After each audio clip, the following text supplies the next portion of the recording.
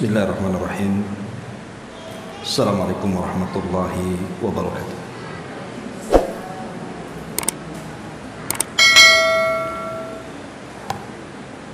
Bismillah wassalatu wassalamu ala rasulillah wa ala alihi wa sahbihi wa mawalah wa la hawla wa la quwwata illa billahi wa ba'd. Kita lanjutkan kajian kita, masih membahas tafsir singkat dari juz 29, dan kita masuk pada ayat ke 34 dan seterusnya. Allah Subhanahu wa taala berfirman, "Wailun yawma idzin lil mukadzibin, hadza yawmun la yantiqun wa la yu'dzanu lahum faya'tadzirun." Wailun yawma idzin lil mukadzibin, hadza yawmul fasli jama'nakum wal awwalin,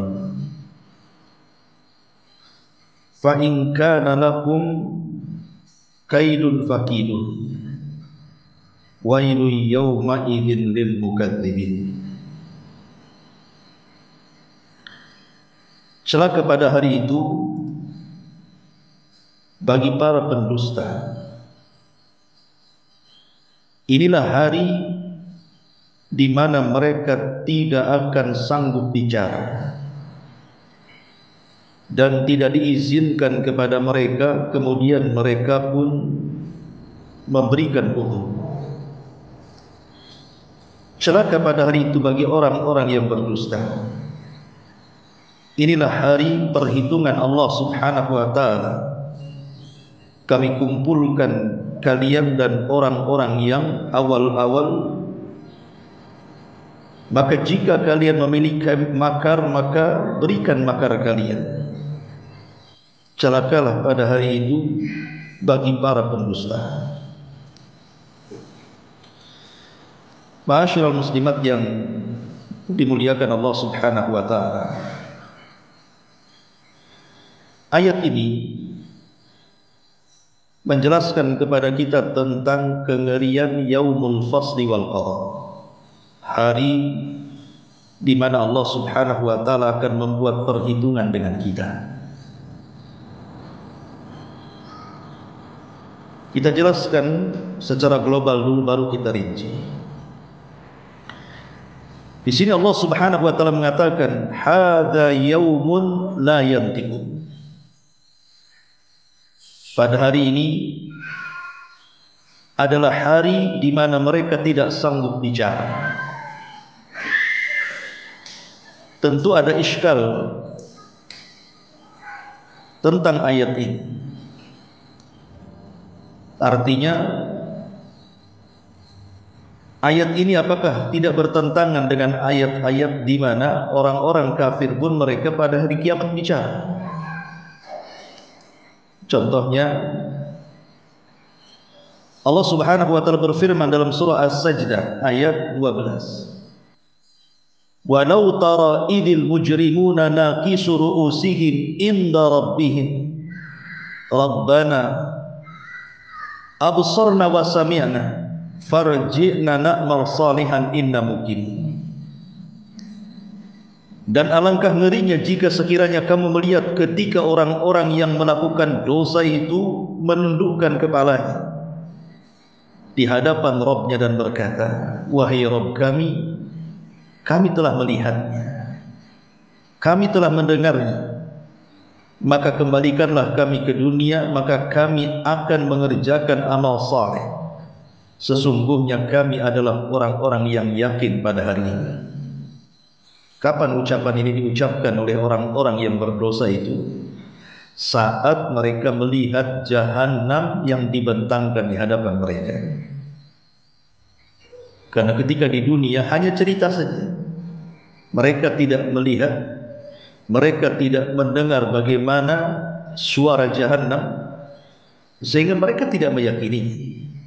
Tapi nanti pada hari kiamat Allah Subhanahu wa taala akan datangkan Jahannam dengan 70.000 tali kekang. Setiap tali kekang akan digeret 70.000 malaikat, dan itu akan disaksikan manusia.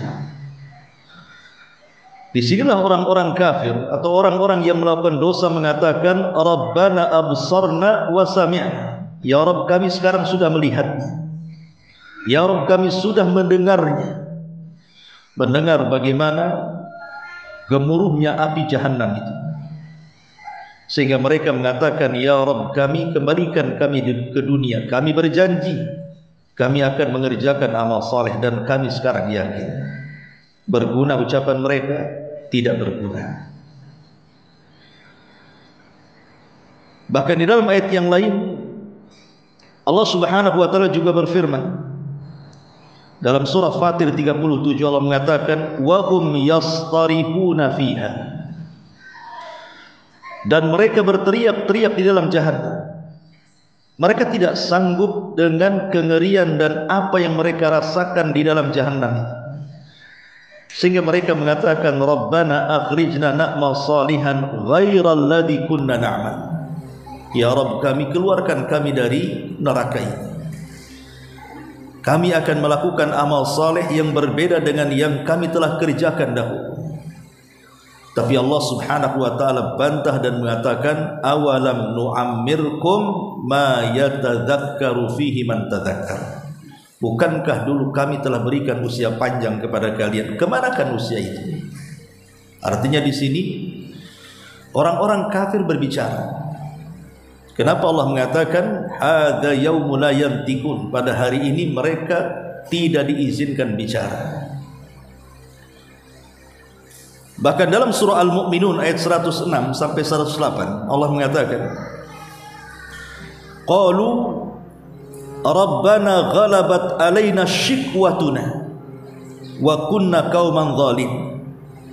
Rabbana akhrijna minha fa in udna fa inna zalimun. Qala ikhsa'u fiha wa la tukallimu. Mereka orang-orang kafir menjawab, wahai Rabb kami telah dikalahkan oleh sebab-sebab kecelakaan kami di dunia. Dengan sebab itu kami menjadi kaum yang tersesat. Ya Rabb, kami keluarkan kami dari neraka, serta kembalikan kami ke dunia. Setelah itu kami kembali lagi akan mengerjakan kekufuran. Maka sungguh kalau itu yang terjadi, kami termasuk orang yang zalim. Tapi Allah Subhanahu wa taala mengatakan, diamlah kalian dengan kehinaan di dalam neraka, dan janganlah kalian berkata-kata lagi kepada. Tapi apakah kemudian penduduk neraka ini berhenti? Tidak. Ketika Allah Subhanahu wa taala kemudian meminta kepada mereka untuk tidak bicara, ketika penduduk neraka meminta agar mereka dikembalikan ke dunia untuk beramal saleh, tapi Allah Subhanahu wa taala mengatakan, ikhsafu fiha, diam kalian, jangan bicara lagi kepadaku. Akhirnya kemudian mereka datang kepada malaikat-malaikat penjaga neraka, datang kepada malaikat Malik yang disebutkan dalam surah Zukhruf ayat 77. Wa nadu ya Malik liyaqdiya alaina rabbuk. Wahai Malik, maksudnya malaikat penjaga neraka, biarlah Rabbmu membunuh kami saja. Kami sudah tidak sanggup lagi dengan azab ini. Matikan kami saja, jangan seperti ini. Karena Allah sudah menolak masalahnya permintaan mereka untuk kembali ke dunia, dan Allah mengatakan ikhsa'u fiha, diam kalian. Sehingga karena mereka tidak ada kesempatan lagi untuk keluar dari neraka, maka mereka memilih untuk mati saja di neraka dan mengatakan, wahai Malik, beritahu Rabb, biarkan Rabbmu membunuh kami saja. Tetapi para malaikat penjaga neraka mengatakan, qala innakum makithun, oh tidak bisa, kamu akan tetap tinggal selamanya di neraka. Ma'asyiral muslimat yang dimuliakan Allah Subhanahu wa taala, ketika kemudian keinginan mereka untuk mati saja neraka tidak juga dikabulkan, mulailah kemudian mereka meminta diringankan azab. Dan itu disebutkan dalam surah Ghafir 49 sampai 50. Wa qala alladhina fi nari li khazanati jahannam ud'u rabbakum yukhaffif 'anna yawman minal adzab. Dan orang-orang yang berada dalam neraka itu berkata kepada para penjaga jahannam, mohonkanlah kepada Rabb kalian supaya dia meringankan azab dari kami barang satu hari saja, kami sudah tidak tahan. Qalu, tapi para penjaga neraka itu mengatakan, awalam takun ta'tikum rusulukum bil bayyinah. Maka para penjaga neraka mengatakan, bukankah dahulu di dunia Allah Subhanahu wa taala telah mendatangkan kepada kalian rasul-rasul kalian dengan membawa keterangan-keterangan yang nyata? Qalu bala, maka mereka mengatakan tentu. Qalu, maka para penjaga mengatakan, fad'u wa ma du'aul kafirina illa fi dhalal. Berdoalah saja kalian, dan doa orang-orang kafir itu hanya sia-sia saja. Dari sini kita tahu bahwa terjadi obrolan antara orang-orang kafir dan para pendosa itu dengan Rabbnya dan juga dengan para malaikat. Sementara di sini Allah mengatakan hadza yaumul la yantiqun. Pada hari itu tidak ada yang diizinkan bicara. Seolah-olah ada kontradiktif di sini. Ayat-ayat yang lain mengatakan mereka bicara. Bahkan sebelum masuk neraka juga mereka bicara. Ketika kemudian sebagian mereka mengadu kepada Allah Subhanahu wa taala terhadap orang-orang yang telah menyesatkan mereka dengan orang-orang yang disesatkan dari mereka. Ittabarra alladzina tubi'u minal ladzina taba'u. Ketika saling berlepas diri antara orang yang diikuti dan orang yang mengikuti, kemudian mereka saling mencela satu dengan yang lainnya. Seperti Allah Subhanahu wa taala mengatakan dalam surah Qaf ayat 28, qala la tastasimu ladayya wa qad qaddamtu laikum bil wa'id. Janganlah kalian bertengkar. Artinya janganlah kalian bertengkar antara orang yang mengikuti dengan orang yang diikuti, kan mereka sedang bertengkar, saling menyalahkan. Maka Allah mengatakan, jangan kalian bertengkar di hadapan, padahal sesungguhnya aku dahulu telah memberikan ancaman kepada kalian. Ma'asyiral muslimat yang dimuliakan Allah Subhanahu wa taala.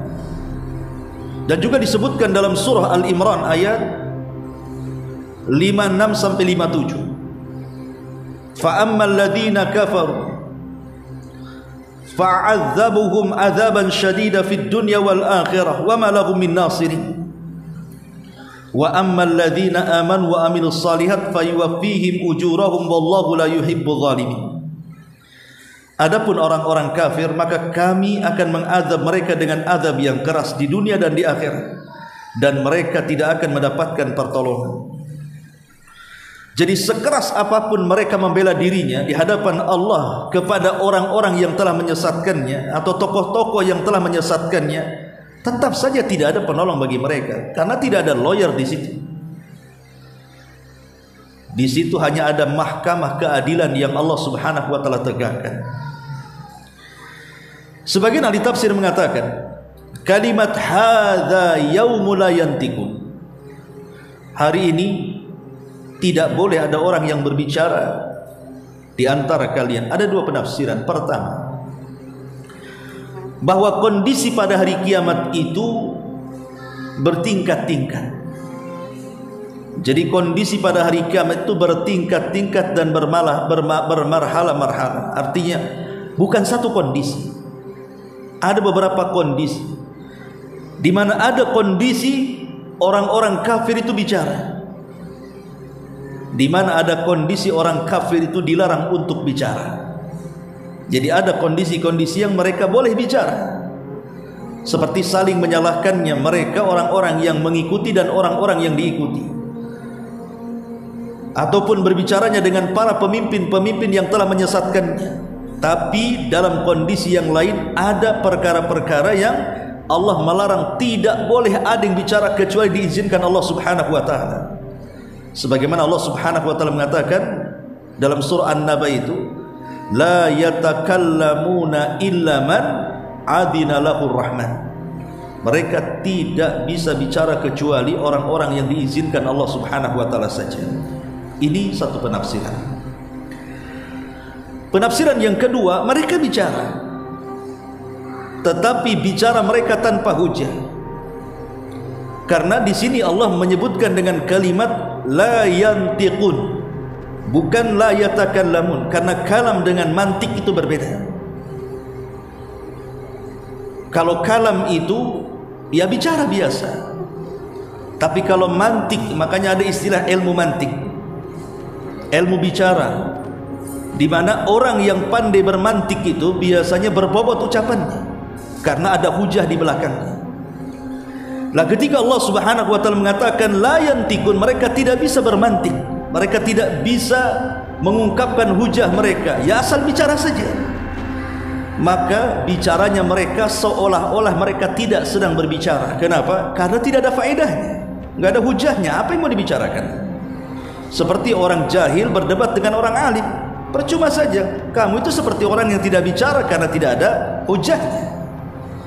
Jadi mereka bicara tapi pembicaraan mereka tidak ada hujah. Kenapa? Karena di dunia Allah sudah datangkan hujah kepada mereka. Allah sudah datangkan para rasul, Allah sudah turunkan kitab-kitab, dan kitab-kitab yang diturunkan itu adalah hujah bagi kita kelak pada hari kiamat. Tetapi ketika di dunia kemudian mereka mengingkari rasul yang diutus kepada mereka dan mengingkari kitab-kitab yang diturunkan kepada mereka, maka mereka sudah tidak punya hujah pada hari kiamat. Makanya mereka tidak sanggup bermantik lagi, tidak sanggup bicara lagi. Mereka bicara tapi tidak berbobot, maka bicaranya seperti yang tidak sedang bicara. Itu penafsiran yang banyak ditafsirkan para ulama, hadza yaumul la yantikun. Kemudian Allah Subhanahu wa taala mengatakan wala yu'dzanu lahum faya'tadzirun, dan pada hari itu mereka tidak diizinkan untuk mengemukakan uzur-uzur mereka. Sekalipun mereka meminta uzur kepada Allah Subhanahu wa taala, tidak ada guna uzur mereka, karena Allah Subhanahu wa taala juga sudah mengatakan bagaimana uzur-uzur mereka itu ditolak oleh Allah Subhanahu wa taala. Yauma la yanfa'u ma'dziratuhum, pada hari di mana tidak bermanfaat minta uzur mereka di akhirat. Di dunia bisa saja mungkin dimaafkan, tapi di akhirat tidak bisa uzur-uzur itu. Mungkin dia mengatakan dulu aku salah karena tidak belajar, tidak bisa. Mungkin dia mengatakan dulu aku disesatkan, oh tidak bisa. Jadi tidak bisa alasan apapun di hadapan Allah Subhanahu wa taala pada hari kiamat itu, karena sudah ditegakkan hujah masalahnya. Sudah ditegakkan hujah kepada kita di dunia. Kenapa di dunia tidak mengikuti Nabi, tidak mengikuti Al-Quran, atau mungkin kepada umat sebelumnya? Kenapa tidak mengikuti Musa dan juga Injilnya? Kenapa tidak mengikuti Daud dan juga Zaburnya? Kenapa tidak mengikuti Musa dan Tauratnya? Dan begitu seterusnya. Jadi pada hari kiamat sudah tidak bisa lagi meminta uzur mereka. Itulah makna wala yu'dzanu lahum faya'tadzirun. Kemudian Allah Subhanahu wa taala mengatakan wailun yauma idzil mukadzibin, pada hari itu celaka bagi orang-orang yang berdusta. Hadza yaumul fasli, inilah hari perhitungan Allah Subhanahu wa taala kepada kita. Jama'nakum wal awwalin, kami kumpulkan kalian bersama orang-orang yang awal. Artinya orang yang awal dan akhir akan dikumpulkan di padang mahsyar. Kemudian terjadi faslul qadha. Bagaimana Allah Subhanahu wa taala membuat perhitungan kepada manusia satu per satu, dan itu keadilan Allah Subhanahu wa taala. Maka di situ Allah Subhanahu wa taala ketika mengumpulkan manusia, Allah menantang, fa in kana lakum kaidun fakidun. Di dunia kalian bisa makar, membuat makar. Lihat bagaimana Nabi SAW dicelakakan dengan makarnya orang-orang Yahudi, dengan makarnya orang-orang musyrikun. Di dunia kalian bisa membuat makar, Kalau kalian memiliki makar, kata Allah, pada hari kiamat, Allah bicara dengan manusia di hadapan manusia di padang mahsyar, kalau sekarang kalian punya makar, lakukan makar kalian. Silakan kalian membuat makar. Dan mereka tidak sanggup melakukan makar itu. Karena masing-masing manusia pada hari kiamat itu, mereka ketakutan macam mana akan berkumpul kemudian membuat makar. Dan itu menunjukkan kemahakuasaan Allah Subhanahu wa taala, bahwa Allah itu Al-Qahir, zat yang mampu untuk menghukum siapapun pada hari kiamat. Ma'asyiral muslimat yang dimuliakan Allah Subhanahu wa taala, baik sedikit gambaran tentang faslul qadha, tentang perhitungan Allah Subhanahu wa taala. Ketika manusia pada hari kiamat, tentunya pada tiupan sangkakala yang pertama, maka manusia dibangkitkan dalam kondisi tanpa beralas kaki, tanpa berpakaian, dan kembali tidak dikhitan. Jadi potongan-potongan daging ketika dipotong pada kemaluan laki-laki atau perempuan itu akan dikembalikan. Untuk apa? Menunjukkan detailnya perhitungan. Tidak boleh ada satu pun dari badan kita yang terlewatkan.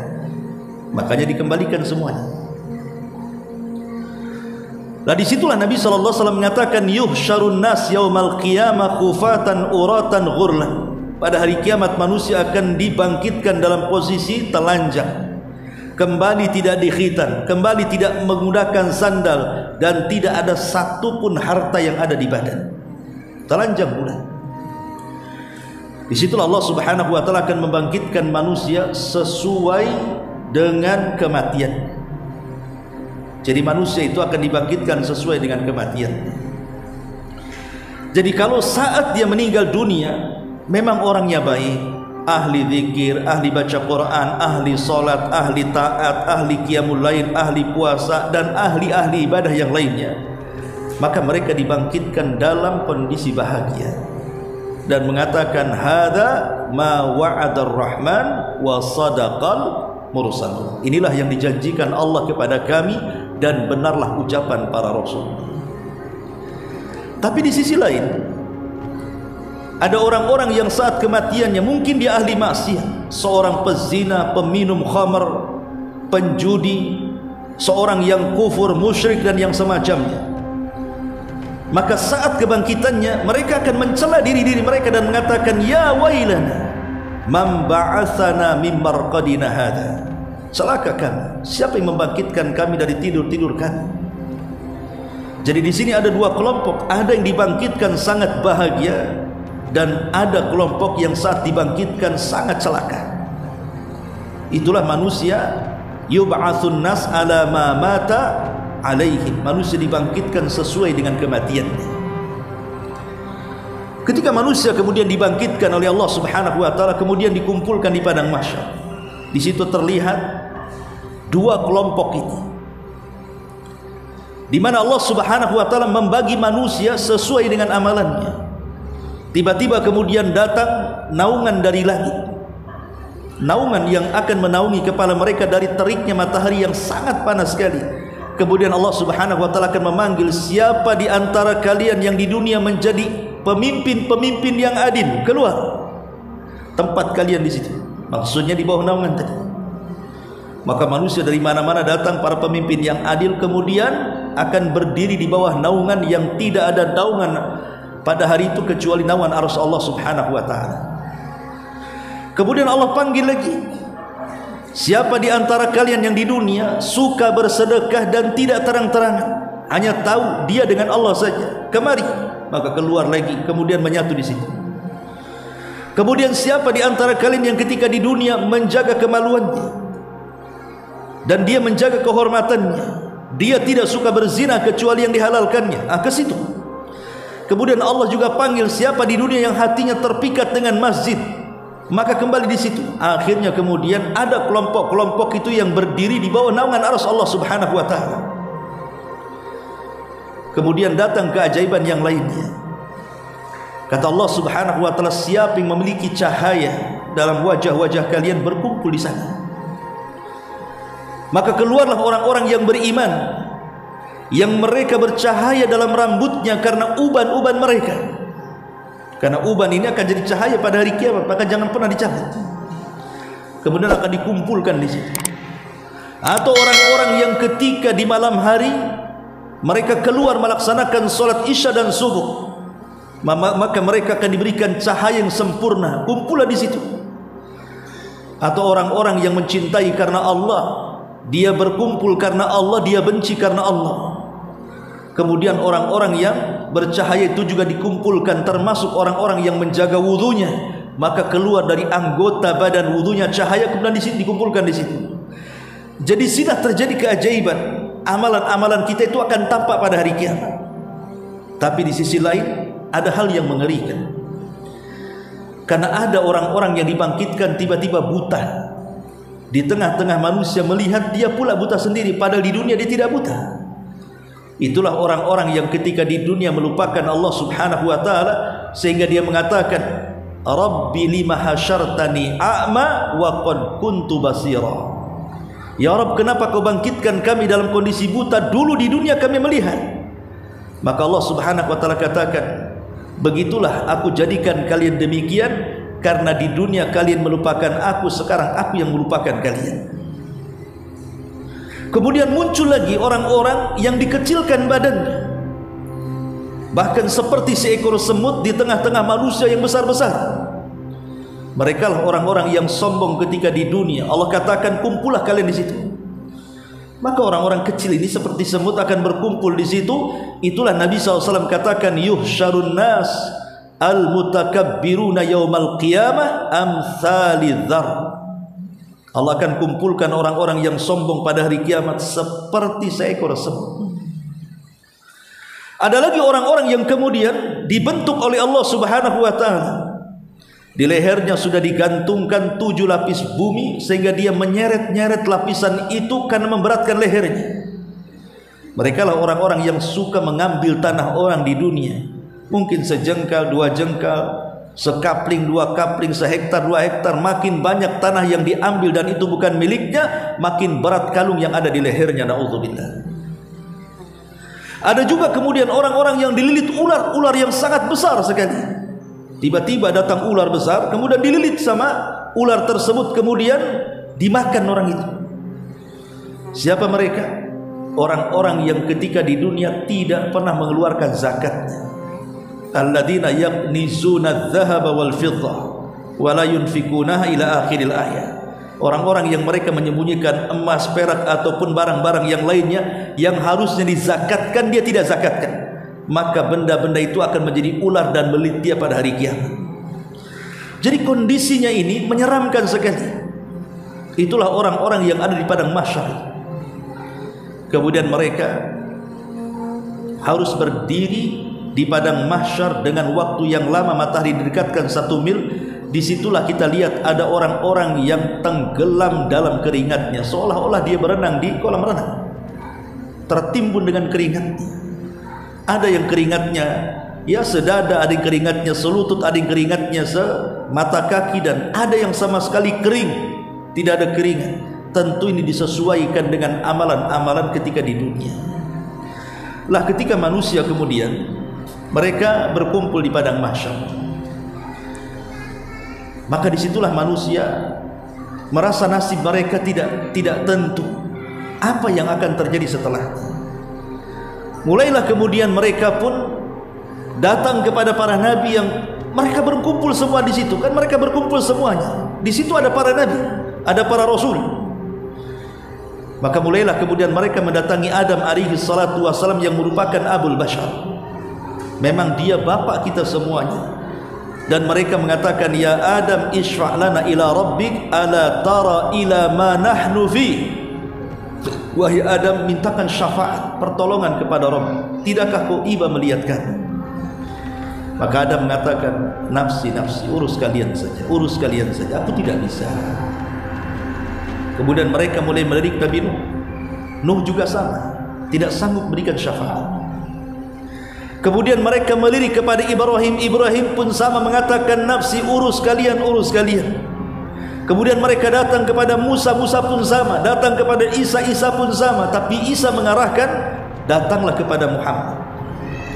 Maka semua manusia mendatangi Rasul kita Muhammad sallallahu alaihi wasallam dan mengatakan, ya Muhammad, isfa' lana ila rabbik, mintakan syafaat untuk kami kepada Rabb. Ala tara ila ma nahnu fi, tidakkah kau iba melihat kami? Maka Rasul mengatakan, ana laha, kan ku coba. Kemudian dia mendatangi Allah Subhanahu wa taala di bawah arasy-Nya, kemudian sujud dengan sujud yang lama, kemudian diilhamkan dengan doa-doa agar Allah Subhanahu wa taala mengabulkan permintaannya. Setelah lama Rasul bersujud, maka Allah pun datang dan mendatangi Rasul dan mengatakan, irfa ra'saka ya Muhammad, sal tu'ta, qul tusma, isfa' tusyaffa. Bangkit wahai Muhammad, angkat kepala, katakan kau didengar, minta kau diberi, mintalah syafaat, aku akan beri kau syafaat. Maka akhirnya Nabi SAW pun memberikan syafaat kepada seluruh manusia. Itulah yang disebut dengan syafaatul uzma.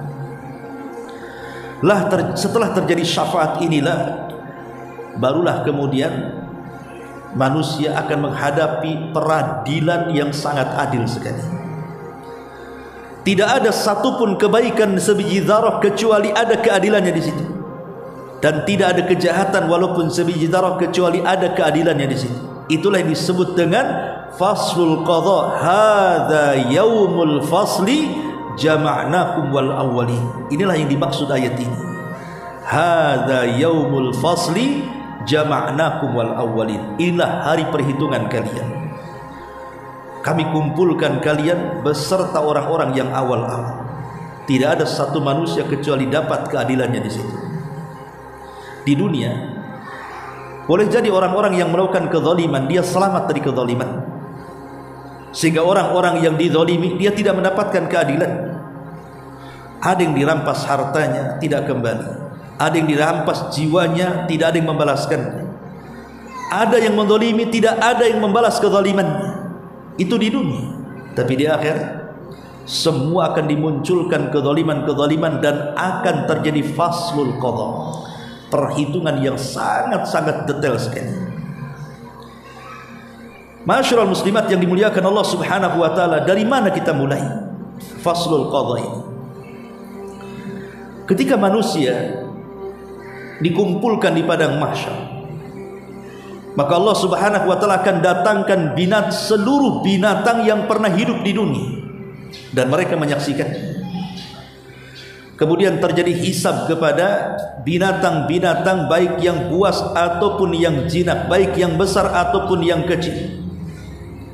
Kemudian terjadi hisab kepada mereka, sampai Rasul mengatakan, sampai-sampai kambing jalha yang tidak bertanduk, kemudian yang di dunia dia suka ditanduk, maka tanduk akan dilepas, kemudian akan diberikan kepada yang suka ditanduk. Kemudian Allah mengatakan, tanduklah dia seberapa engkau ditanduk di dunia. Maka terjadi hisab, karena kan pada hari kiamat namanya binatang itu kan saling makan ya. Boleh jadi mungkin buaya makan harimau, nanti harimau makan kancil, dan begitu seterusnya. Maka semua akan terjadi hisab pada hari kiamat terhadap binatang, untuk menunjukkan Allah tidak suka dengan kezaliman dan Allah suka dengan keadilan. Tapi binatang itu tidak akan dimasukkan ke dalam neraka, hanya sebatas hisab saja, hanya untuk menunjukkan keadilan. Ketika semua binatang sudah dihisab, sudah mendapatkan masing-masing keadilan di hadapan Allah Subhanahu wa taala, maka Allah firmankan kepada seluruh binatang, kuni turaba, jadilah kalian tanah. Maka semua menjadi tanah. Lah orang-orang kafir yang menyaksikan itu, mereka pun mengatakan, ya laitani kuntu turaba. Dalam surah An-Naba, bagaimana Allah Subhanahu wa taala menghabarkan orang-orang kafir menginginkan menjadi tanah seperti binatang yang jadi tanah setelah hisab tidak ada azab. Tapikah Allah Subhanahu wa taala mengabulkan keinginan orang kafir? Tidak. Mereka harus ada proses hisab dan harus ada proses azab. Jadi hanya omongan saja mengatakan, ya laitani kuntu turaba, duhai kiranya aku jadi tanah saja. Baru setelah hisabnya binatang selesai, maka dimulai dengan hisab manusia. Dimulai dengan apa?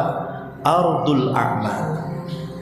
Allah akan menampakkan amalan-amalannya di dunia, Allah tampakkan di akhirat dalam bentuk catatan. Ma'asyiral muslimat yang dimuliakan Allah Subhanahu wa taala, disinilah bagaimana Allah membuktikan begitu detailnya. Allah Subhanahu wa taala sanggup untuk mengetahui kondisi kita di dunia. Tentu dengan catatan-catatan yang dicatat para malaikat, baik itu raqib dan atid.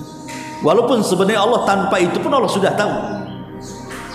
Tetapi Allah ingin membuktikan bahwa apa yang dilakukannya memang terbukti dia melakukan. Ingin betul-betul menampakkan keadilannya. Bagaimana tidak di hadapan Allah pada hari kiamat kita ini seperti seorang terdakwa atau pesakitan. Hakimnya Allah Subhanahu wa taala, saksinya semua badan kita, saksinya bumi dan langit yang kita pijak serta langit yang menaunginya, belum lagi para malaikatnya. Mulai dari mana coba? Dari persidangan Allah ini. Tidak ada yang bisa lari dari persidangan. Allah langsung yang menjadi hakim. Pakai lawyernya pun di situ akan disidangkan. Ma'asyiral muslimat yang dimuliakan Allah Subhanahu wa taala, setelah terjadi ardul a'mal, penampakan amal-amal kita yang tidak bisa lolos dari situ, maka terjadi hisab. Inilah yang sangat menakutkan, karena tidak ada satupun amalan walaupun sebiji darah kecuali ada hisab. Sebagaimana tidak ada kejahatan walaupun sebiji darah kecuali ada hisab. Inilah yang disebut dengan faslul qadha. Hadza yaumul fasl, hari di mana manusia akan dihisab. Ma'asyiral muslimat yang dimuliakan Allah Azza wa Jalla, ketika manusia dikumpulkan menjadi satu, maka Allah Subhanahu wa taala membelah manusia menjadi dua kelompok. Ada kelompok yang Allah mudahkan hisabnya, ada kelompok orang-orang yang Allah persulit hisabnya. Ada hisaban yasira, ada hisaban asira. Sebenarnya kalau betul-betul Allah Subhanahu wa taala menghisab manusia semuanya, tidak ada yang selamat. Tidak ada satupun orang yang selamat di akhirat. Contoh saja dosa lisan kita. Mulai dari kita lahir sampai kita wafat, berapa kata-kata yang kita keluarkan dari kata-kata dusta, riba, laknat, hina, mencela, memfitnah. Berapa banyak? Dari dosa lisan saja kita tidak bisa selamat. Belum lagi dari dosa mata, memandang yang diharamkan Allah Azza wa Jalla. Dosa telinga, mendengar sesuatu yang kita dengar dari hal-hal yang haram, melangkahkan kaki ke tempat-tempat haram. Tidak ada yang bisa selamat sebenarnya. Kalau seandainya Allah mau detail hisab manusia semuanya, tidak ada namanya hisab mudah itu, semua hisab sulit. Tetapi ada orang-orang karena rahmat Allah Subhanahu wa taala, karena kasih sayang Allah Subhanahu wa taala kepada hambanya, maka ada sekelompok orang itu yang dihisab dengan hisab yang mudah, asal dia mengakui kesalahannya. Maka ketika kemudian didatangkan, karena hisab ini kan bukan rombongan-rombongan, satu persatu kita akan dipanggil oleh Allah Subhanahu wa taala. Bayangkan, bagi Allah itu mudah. Bagi Allah itu mudah, walaupun dari awal sampai akhir orang hidup itu dihisab satu persatu di hadapan Allah. Bagi Allah itu mudah, tidak ada yang sulit. Kalau saya menginterogasi ibu-ibu satu persatu, mungkin saya ngantuk, lelah, tidur lah malah.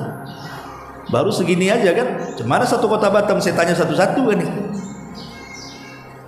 Ini Allah Subhanahu wa taala sangat mudah sekali menghisab manusia.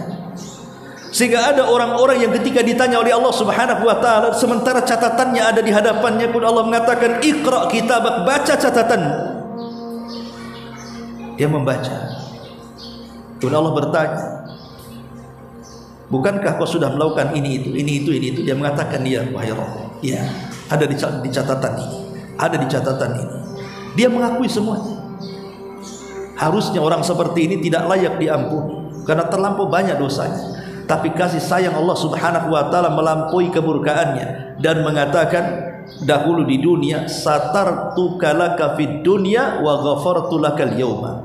Di dunia sudah kututup aibmu, di akhirat ku ampuni dosa. Selamat dia. Ya. Kemudian didatangkan kelompok yang lain. Kemudian diingatkan tentang nikmat-nikmat oleh Allah Subhanahu wa taala, tentang bagaimana Allah berikan kepemimpinan sampai kepada nikmat makanan dan minuman. Tapi dia ingkar. Dia pun justru bermaksiat kepada Allah Subhanahu wa taala. Lah orang-orang ini dipastikan mendapatkan hisab yang sangat sulit. Ketika catatan amal diterbangkan, maka orang-orang yang mendapatkan hisab yang mudah, maka dia akan mengambil dengan tangan kanan. Allah mengatakan ambil dengan tangan kanan, maka dia mengambil dengan tangan kanan. Dengan sangat bahagianya dia mengatakan ha umuqra'u kitabiyah, baca catatan, dengan bangganya karena dia tahu catatannya baik, ya. Tetapi ada orang-orang yang ketika Allah katakan ambil kitab, dia tak mau mengambil. Akhirnya tangan kirinya mengambil sendiri. Ada juga yang tangan kirinya mengambil catatan yang melekat di pundaknya di sini, ya, melekat, dia harus mengambilnya. Dengan susah payah dia mengambil. Itulah orang-orang munafik. Jadi ada 3 jenis orang mengambil catatan. Orang-orang mukmin mengambil catatan dengan tangan kanan, orang-orang kafir mengambil catatan dengan tangan kiri, dan orang munafik lebih berat lagi. Kesulitan dia mengambil catatannya karena dilengketkan di punggung. Dia harus mengambilnya bagaimanapun caranya. Lah ketika sudah masing-masing mendapatkan catatan, mulailah terjadi yang disebut dengan al-mizan, timbangan. Timbangan ini adalah bentuk keadilan Allah.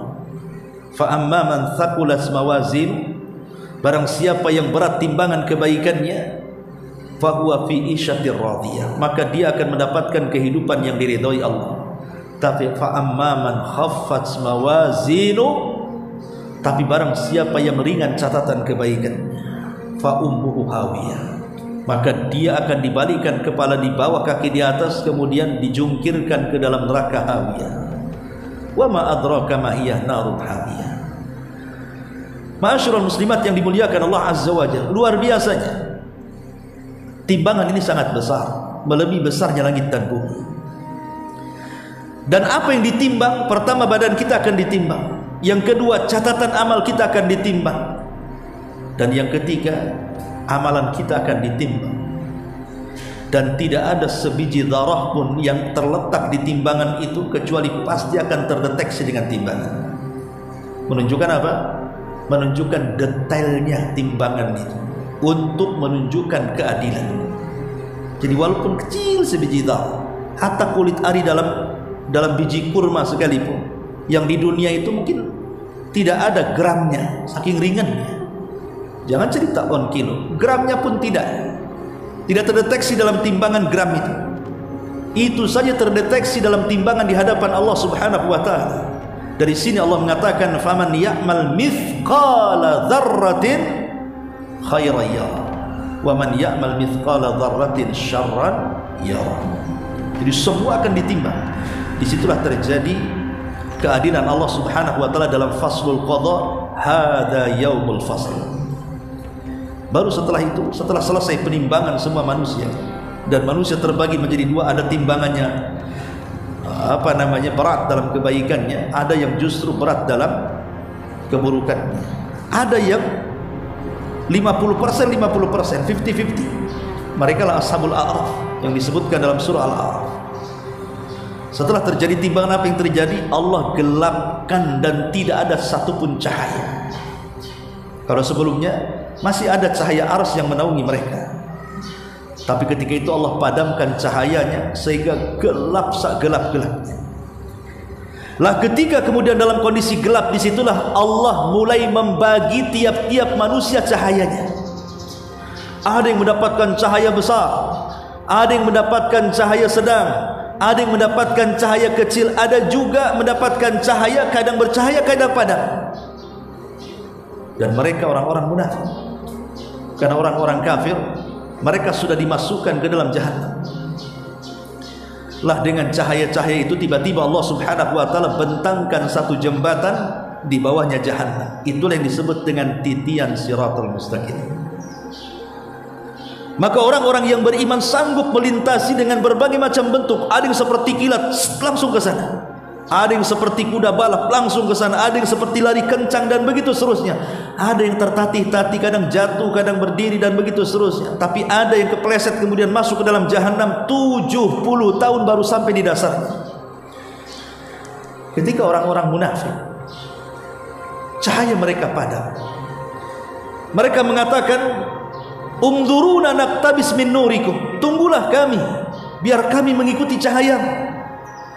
Tapi orang-orang yang beriman sudah tahu mereka hendak menipunya. Ya, di dunia orang-orang munafik bisa saja menipu orang-orang yang beriman, tapi di akhirat tipu daya mereka akan dibalik kepada mereka sendiri. Kata orang yang beriman, kembalilah ke belakang, maka engkau akan mendapatkan cahaya. Padahal tidak ada cahaya. Akhirnya kemudian setelah dia balik ke belakang, rupanya ada pintu, ada tembok yang menghalangi mereka. Tembok ini, kalau yang sebelah sini rahmat bagi orang-orang yang beriman, sebelah sini yang azab bagi orang-orang kafir. Disangkanya pintu tembok itu rahmat, ketika dibuka rupanya azab, masuk mereka ke dalam jahanam. Masyarul muslimat yang dimuliakan Allah Azza wa Jalla, baru setelah mereka melintasi titian sirat itu, mereka akan kumpul di sebuah tempat namanya Qantar. Qantar itu ujung daripada sirat, titian. Di situ terjadi kisos, tetapi kisos hanya antar orang-orang yang selamat dari titian, dan tidak ada yang selamat kecuali orang-orang yang beriman. Terjadi kisos dua kali. Kalau sebelum titian, kisosnya antar orang kafir dengan orang kafir, atau orang yang beriman dengan orang kafir, atau antar manusia dengan binatang, atau antar binatang dengan binatang. Tapi ketika setelah melihat murur, artinya lewat di titian, maka kisos ini hanya terjadi kepada orang-orang yang beriman saja. Disinilah nampak keajaiban keadilan Allah. Kita kenal hadis muflis, hadis bangkrut. Ketika Rasul mengatakan, "Atadruna mal muflisu hadil ummah?" Tahukah kalian tentang orang-orang yang bangkrut pada hari kiamat? Itulah orang-orang yang sudah meniti titian, membawa pahala solat, membawa pahala haji, pahala macam-macam dia bawa, sehingga dia bisa melintasi titian.